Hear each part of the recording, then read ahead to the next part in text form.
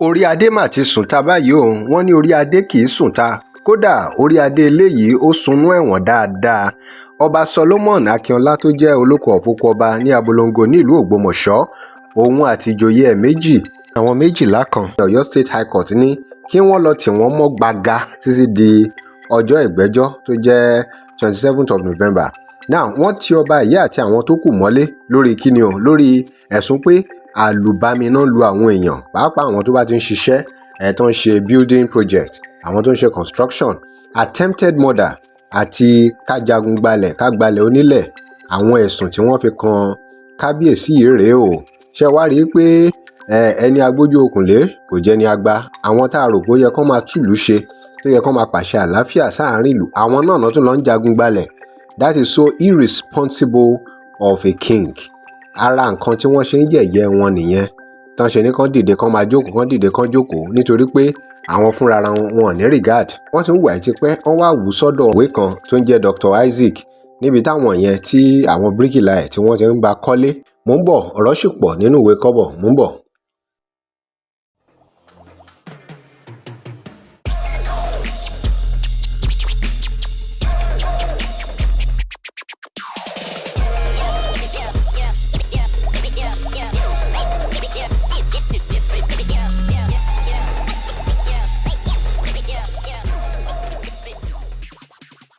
Welcome to Digi Naija. Remember to like, share and follow us. Ǹjẹ́ mọ̀ pé kábíyèsí àti àwọn mẹ́rìnlá tí wọ́n jọ ń ṣiṣẹ́ burúkú wọ̀nyí ni wọ́n tì mọ́lé láti November 16 ni wọ́n tì wọ́n mọ́lé títí di November 27. Òun rèé o, ara àwọn nǹkan tí irú àwọn kábíyèsí yìí ń ṣe rèé tó ń dọ̀tí àwọn kábíyèsí tó kù tí wọn ò fi ní rìgáàdì fún wọn. Báwo náà ṣe máa lọ ti odidi kábíyèsí mọ́lé? Báwo ni wọ́n ṣe ní tì mọ́lé nígbà tó bá ti hùwà rádaràda, tí ò bá ti fi ọwọ́ síbi tó yẹ kọ́wọ́ gbé? Bó bá ti wá jẹ́ pé àwọn tán lọ bá níbi ilẹ̀, àwọn yẹn lọ ní fault, ṣé bí wọ́n ṣe ń solve issue nìyẹn? Ká kó àwọn èèyàn kán lọ lu àwọn èèyàn ní àlùbami, ní àlùkì, kó tún wá débi pé wọ́n tún fi ẹ̀sùn ìpànìyàn wọ́n fi ń kan kábíyèsí. Ó kù díẹ̀ káàtó. Ara nǹkan tá à ń sọ rèé o. Ọ̀nà dà táwọn èèyàn ní máa yẹ̀yẹ́ àwọn kábíyèsí. Lóòótọ́ ìgbà tó yá ni a tún gbọ́ ìròyìn ní kábíyèsí ọ̀hún jáde ní pé wọn ò tì òun mọ́lé o, kìnìkan. Ara nǹkan tá à ń sọ rèé.